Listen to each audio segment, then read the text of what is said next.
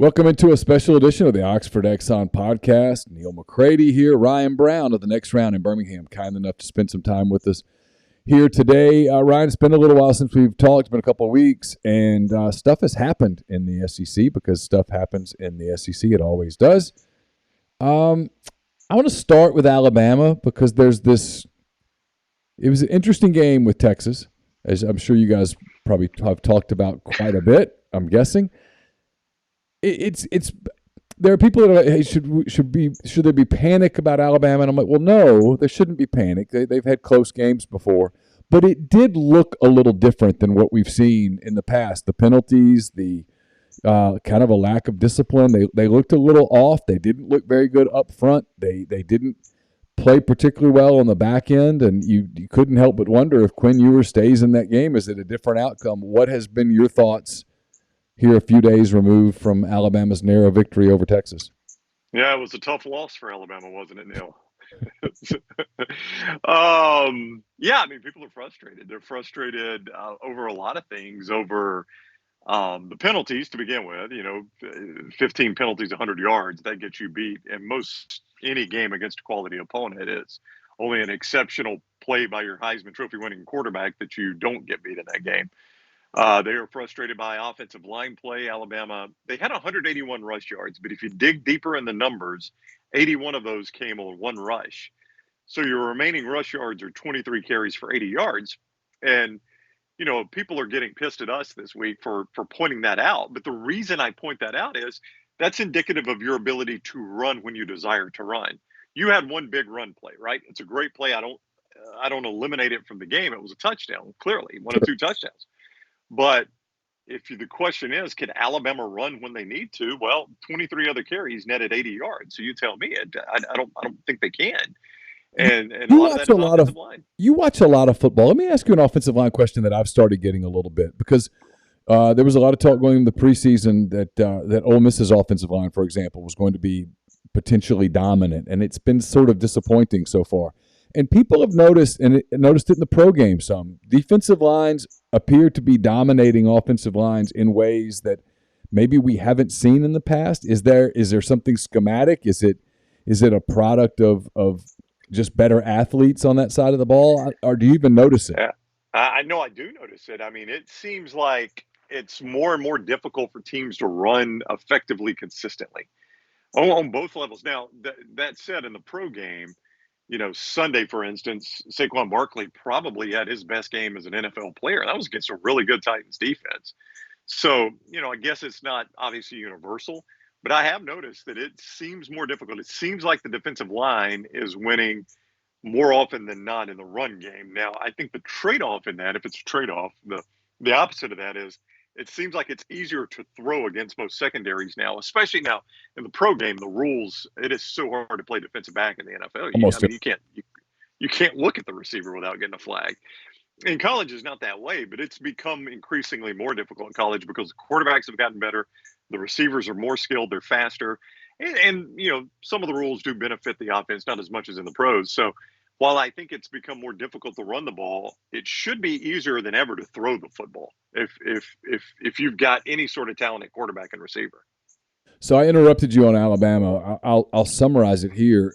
Obviously, they're a little more mortal than maybe people thought they were, because I think everybody thought Alabama was just going to roll through the regular season. They're still the favorite in the SEC West. There's no question about that. No doubt. But are they? How much more mortal are they than what we thought? I don't know. They got to get better play at receiver. The receivers struggled to get open until they went to the 2-minute drill at the end. And Joel Klatt, who did the game, comes on our show each week, and he said this. John Parker Wilson, the former Alabama quarterback, that's the analyst on the radio network, he comes on our show weekly. He said the same thing. So it's got to be true. I mean, both these guys independently brought this up, that Texas changed their coverage. Texas had the lead, and they do what so many coaches do, like, hey, let's don't let anybody get behind us and burn us. Let's quit playing aggressive. Oh, I know it's worked for 3 quarters, but let's quit doing it now. And then Alabama goes to the 2-minute, and all of a sudden, all these passes are open, right? And, oh, by the way, Bryce Young's a pretty good quarterback. So, until Alabama was in the 2-minute, their receivers couldn't get open, couldn't get any separation. They had, I think, 4 straight 3-and-outs. They punted 6 times, which Alabama, there's seasons it seems like they don't punt 6 times, when Kiffin and Sarkisian were the offensive coordinators. So, and then the secondary was a complete mess. They could not stay with Xavier Worthy. I agree with you if Quinn Ewers stays in that game. The one thing you don't know is how, if it turns into a track meet, how does Alabama's offense react? Like I just mentioned, they were much better in the 2 minutes. So it's hard to say, oh, they definitely lose the game. But it is a much more difficult win with Quinn Ewers in. I cannot tell you how impressed I was with him, Neal. He just came out. He was not afraid. He was not intimidated. He just hurled it all over the field. He was so in the groove. Looked so good. But, yeah, Alabama's got a plate full of issues that they've got to get right. Yeah, you got to give a lot of credit to Sarkisian. He had his team ready to play. That place was electric. It was no doubt. It was a great atmosphere. And if anybody wondered whether Texas can fit into the SEC, I think you can throw those doubts away. The environment was just fantastic. Yeah, it was. And in the broadcast, and I don't guess I really realized. I knew he was at Texas, Gary Patterson, but Klatt talked about how much input he had on this defensive game plan. And Sark had said earlier in the week, hey, this game plan's been done for 3 months. And apparently, according at least to the Fox broadcast, it was Gary Patterson, the former TCU coach, who's a defensive genius, that had handled the Alabama game plan. And so they had a good, solid game plan on how to slow Alabama down.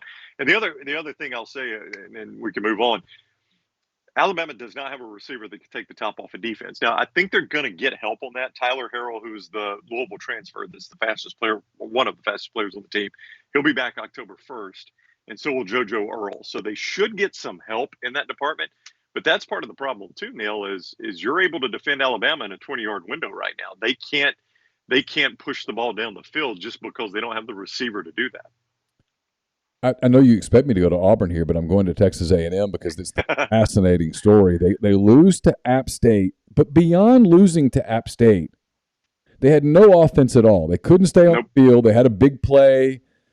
Score like a kickoff return. They had a long run. Everything else was a complete disaster. Their quarterback plays bad. We heard about quarterback play last year as the great excuse. Well, they played the guy. It was Haynes King. He's mobile, but he's not particularly accurate. There's not the big arm.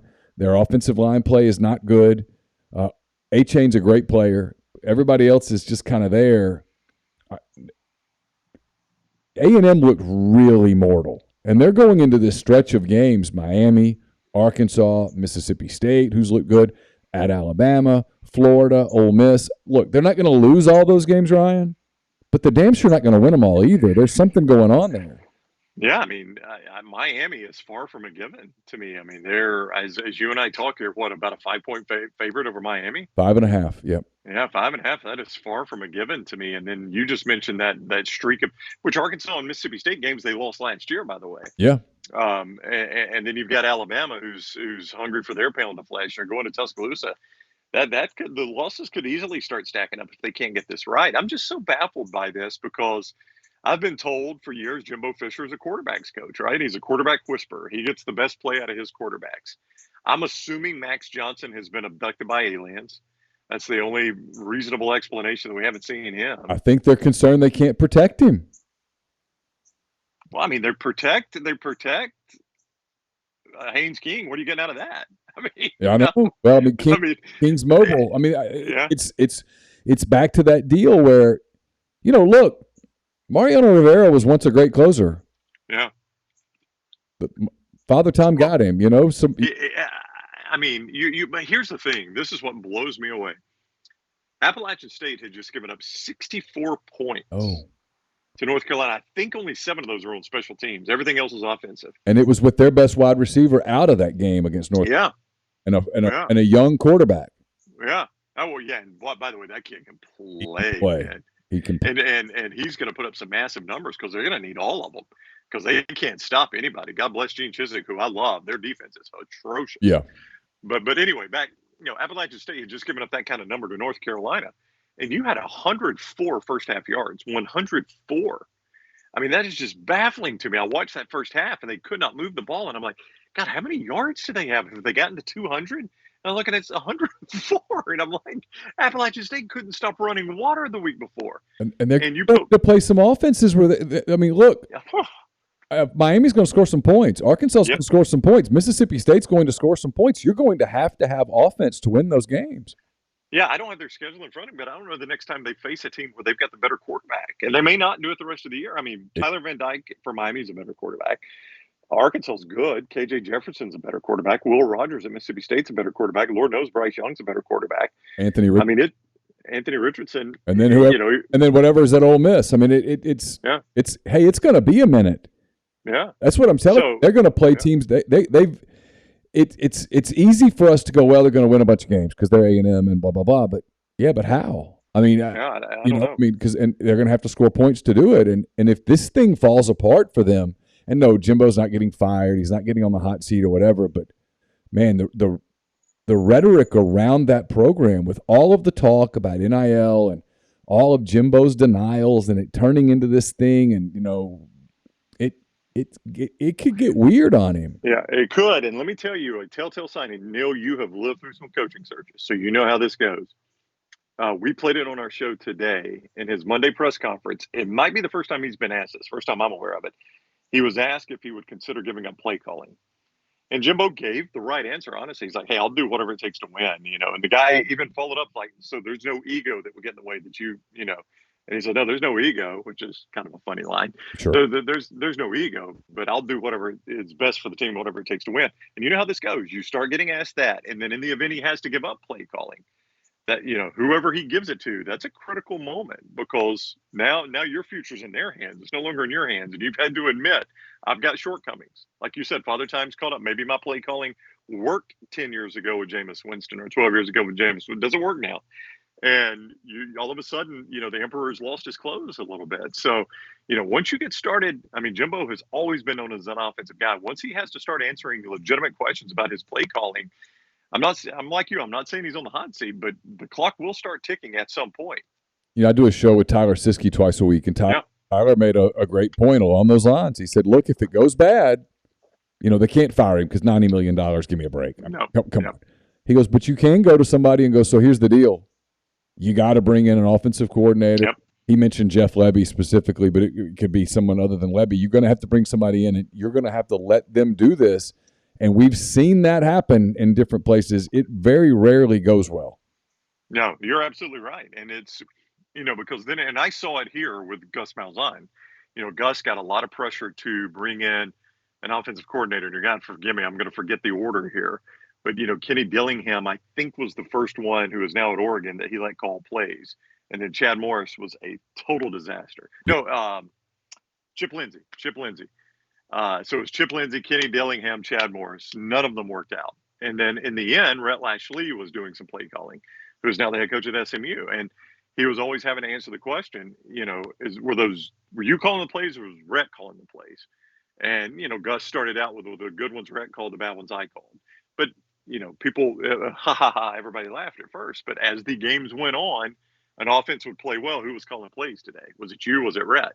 So, that's the kind of thing that will plague Jimbo if he can't get this straightened out. And I'm like you, there are no signs that he can. I mean, this is not one bad game. We've got a 8-quarter sample size here of an offense that cannot play.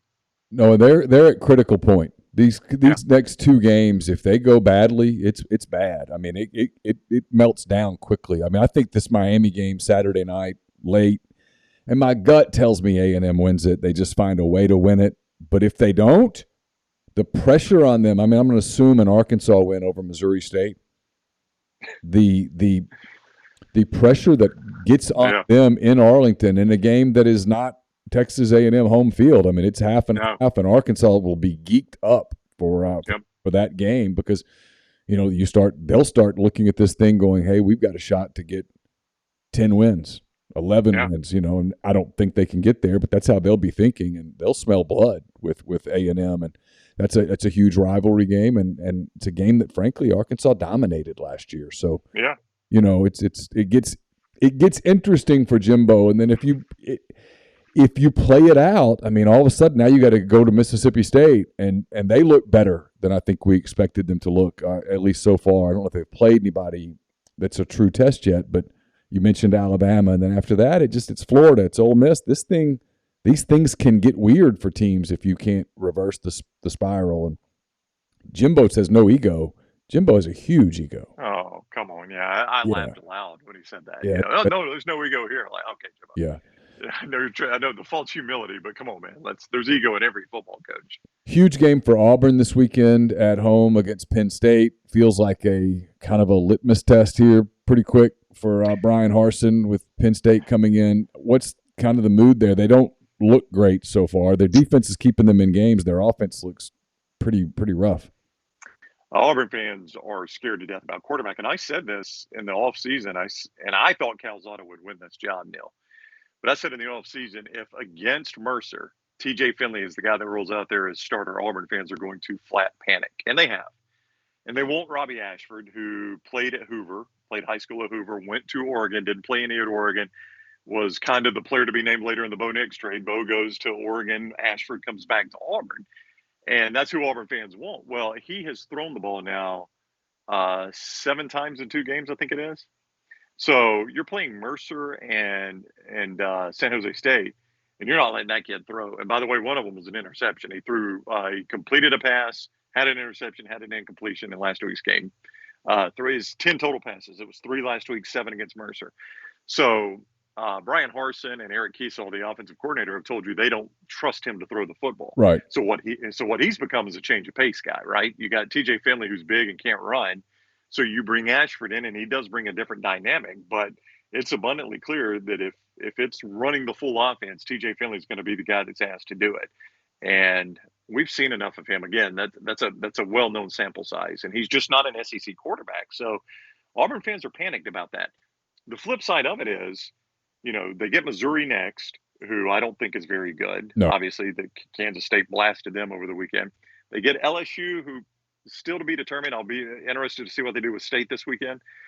So you got that chance to be 5-0 if you can get past Penn State. If you get past Penn State, you've got a chance to be 5-0, and that's where everybody said, hey, in these first 5 home games, if they're 5-0, maybe Harsin has a chance. But if he drops Penn State, now you're looking at 4-1, and if you slip up against, maybe LSU, it's 3-2, and the Wolves are at the door at that point. What do you think about Saturday? Do you think they beat Penn State? I would hedge towards Penn State right now. Just because Auburn's quarterback play has been so bad, Neal. They can't consistently move the ball. They turn it over a lot. The offense is disjointed. You got a guy that's a first-year offensive coordinator, and he's having to call plays for 2 quarterbacks, neither one of which is a proficient passer. You got a really good running back. And offensive line, by the way, has been better than I thought. I mean, their offensive line has probably played above expectation. But you got a good running back too, really, and Tank Bigsby and Hunter. At some point, everybody's going to start packing it in and say, these quarterbacks cannot beat us. And you got to think Manny Diaz is smart enough to do that, right? To pack that Penn State defense in and say, until TJ Finley burns me deep, we are stopping the run. Tank Bigsby is not going to run it. Yeah, there's nothing on film to indicate that he's going to burn you deep. Yeah, exactly. Yeah, exactly. What do you make of this Mississippi State LSU line where Mississippi State's giving points at Tiger Stadium? It looks so weird that it's hard to fathom it, yet I think if you watch the 2 teams so far, there's no question that Mississippi State's off to a much better start. I think State's a pretty good team. By the way, that's not the strangest line in America. You want the strangest line in America to me? Yeah. Georgia Southern wins at Nebraska, gets Scott Frost fired. They come to UAB, who lost at Liberty. UAB's favored 13. Yeah, that's crazy. I know. I mean, that number's there for a reason, right? Vegas does not make those kinds of mistakes. But, man, that one blew me away when I saw that number come out. I think State's a pretty good team. And you mentioned we don't really know a ton about them because I'm not sure Memphis is very good. I know Arizona's probably not very good. I didn't think State played. I stayed up and watched that Saturday night. I didn't think they played particularly well, and they still won that game going away. I think State's a pretty good team. I like Zach Arnett, the defensive coordinator. I like Will Rogers. He runs that system very well. I think Mississippi State's the better of the 2 teams. I'm not surprised they're favored. It is a skinny number. But, boy, LSU, that's another team where quarterback is just going to be a problem for them, I think. And I like State in that game. I think they win at Tiger Stadium. I think I do too. Yeah. Not going to keep you long. What have you thought of some of the other teams that are making some noise in the league? And then obviously Kentucky. They get Rodriguez back here in a couple weeks in time to play here at Ole Miss on October the 1st. How convenient, right? Well, I mean that was Kentucky announcing that, hey, you know what, we are in the SEC. That's right. We're going to take SEC rules. What have you thought of them? What have you thought of? You mentioned Arkansas. What have you thought of Arkansas? They're off to a hot start after beating Cincinnati and South Carolina. And then what have you Tennessee? And then what have you thought of what little you've seen of Ole Miss, who has just not played anybody? Yeah, I did not watch much at all of the Central Arkansas game, but I watched a good bit of the Troy game. Yeah, I know. Yeah, you're not going to learn anything in that. So yeah, let's Kentucky to begin with. And by the way, I mean I think it's it's fairly safe now. Wouldn't you assume undefeated versus undefeated when Ole Miss and Kentucky play October 1st? Yeah, I think it's what's going to be. I mean, I'll be surprised if Kentucky's not losing, and I'd be shocked if Ole Miss lost to Georgia Tech or Tulsa. Yeah, I would too. So, I mean, a sneaky good game there, October 1, 2 undefeated, probably top 20 teams. Oh, for sure, yeah. Yeah, maybe top 15. I don't know what Ole Miss, I don't know what would happen in front of them. Ole Miss is 20th now. They'd probably get to about 16. Kentucky's 9. They'd probably get to 8 or 7. So, yeah, it'd be, top 15 matchup. Be a big game. Yeah, sure. Yeah. I mean, Kentucky, I'm just obviously impressed with Stoops. I mean, and people talk the Levis stuff in the preseason, and you watch him, and you're like, I guess I can see it. Maybe, maybe he is the type of guy that, could be a first round pick. They're just they're not a flashy team. I look today, they're at the bottom of the league in offense, as they always are, but they can muck a game up better than anybody. I mean, you get in a game with Kentucky, and you're like, God, we're not even, we're out of sync. We're not playing our system. He's just a really good defensive coach, and coaches with that chip on his shoulder, and his team plays that way. And I was very impressed with what they did at Florida, because Florida had looked so good against Utah, and Richardson just looked like a different quarterback. And, Florida was one of those teams week 1 I watched. I'm like, LSU still looks like an Edwards run team. Brian Kelly hasn't changed that culture yet. I'm trying to think of some of the first-year coaches. USC, they look like a Lincoln Riley team. But Billy Napier, that team just looked totally different from the Dan Mullen era, totally different right away. Sure. And then they kind of felt like they slipped back into it a little bit against Kentucky. Just, I don't know. Tennessee, I said in the preseason, I thought they would go 10-2. Their defense really concerns me, though. That's another one. You mentioned Quinn Ewers. I don't know how much of that game you're able to watch, but if Slovis doesn't go out of that game, they were going to have a tough time winning that game at Pittsburgh. But then I look at the rest of their schedule right now, and there's a good chance they can get past Florida, and they're undefeated playing Alabama on the 3rd Saturday in October, which would be fascinating to me. I look at Kentucky, and if Kentucky beats Ole Miss, the only obstacle between them and 11-1 is Tennessee. Yeah, which Tennessee has owned them. But even then, you could, in theory, at least, lose to Tennessee, beat Georgia, and you win the East. Yeah. In theory, assuming, you got to assume some things with Tennessee there, and assume that Kentucky could beat Georgia, which is a huge assumption. But listen, man, Stoops already twice has had them playing Georgia. Winner goes to Atlanta. If he could do that for a 3rd time this year, I mean, just name the stadium after the guy. I mean, what more does he need to do? I mean, that's at that point, he's the guy that if you're Nebraska or you're Iowa or whoever, I mean, you throw the bank at him and see if he'll take it. I'm not sure that he would. I think he might have it made in Kentucky for a while. I mean, it's a hard job to beat. There's no doubt. So I mentioned Arkansas and Ole Miss, another couple of teams that get Alabama at home. That if there are obstacles on Alabama's schedule, it's those. Yeah. And, teams have moved the ball against Arkansas, and that's one thing there that is interesting to me. They've looked good offensively, and I wondered what they would do without Treylon Burks. And, they've played pretty well. But, Cincinnati had much more offensive success against them than I had imagined. And then South Carolina, I mean, you got to give Shane Beamer credit. That team just kept fighting and stayed in that game. So, would they – again, this is coming off a terrible Alabama offensive performance, so it's crazy for me to say this in relation to Alabama. But if you wanted to look at that Arkansas-Alabama game, can they slow Alabama down is a question I have. But there again, now Alabama's got to show me they fixed their offense over these 2 crucial games they've got coming up, Neal. Louisiana Monroe, with all due respect to ULM. I know the Warhawks are near and dear to your heart. Just let me know when y'all want to have the water skiing tournament. Yes. Alabama only favored 48 in that one, Neal. Yeah. And then Vanderbilt, which is next. So, I mean, Alabama has got 2 tough tests coming up here. And then Ole Miss, I mean, look, in the offseason, I was surprised Jackson Dart had not won this job. And as I've watched the games, I am surprised Jackson Dart hasn't really separated himself any more than he has. And Neil, I don't know. You told me, I think it was, and I don't want to betray your trust. I can't remember if it was off this podcast or on this podcast, but you told me he just turns the ball over too much. He just doesn't take care of the ball in scrimmages. And, I mean, obviously he's not separating himself, and I am so surprised by that. I am too. I think they are. I think they were hoping that that's probably the wrong term. I think there was an expectation that he would come in, win the job, make it clear, and they could go from there. And it just hasn't really happened. And then Altmaier hasn't done it either. And so that's the one worry that you have with Ole Miss is that because I think defensively they're really good. I think the worry is that if you're playing two quarterbacks, it's because you don't have one. But Lane seems to, at least for now, to be like, hey, we're going to keep doing this for a little bit and try to figure it out. I'm sure that he looks at October the 1st against Kentucky and goes, we got to have it figured out by then, because that's probably when they do. Yeah, and Ole Miss, I mean, it should be mentioned. I mentioned Traylon Burks, Braylon Sanders, who thankfully has tore it up in camp for my Dolphins. He didn't play against the Patriots, but, I mean, that guy, he had as an undrafted free agent, had a tremendous camp, made the team in Miami, which is so hard to do as an undrafted free agent. So, that passing game took some hits from receivers too. So you can't just overlook it. Same thing that's hurting Alabama is they just don't have the experience that they've had at receiver over the last few years. Hey, really appreciate the time. I know you're going to be busy this weekend. Appreciate you making a little bit of time for us here on the Oxford Exxon podcast. It is always fun, Neil. I love talking football with you. I'll do it anytime. We'll do it. Thank you, Ryan.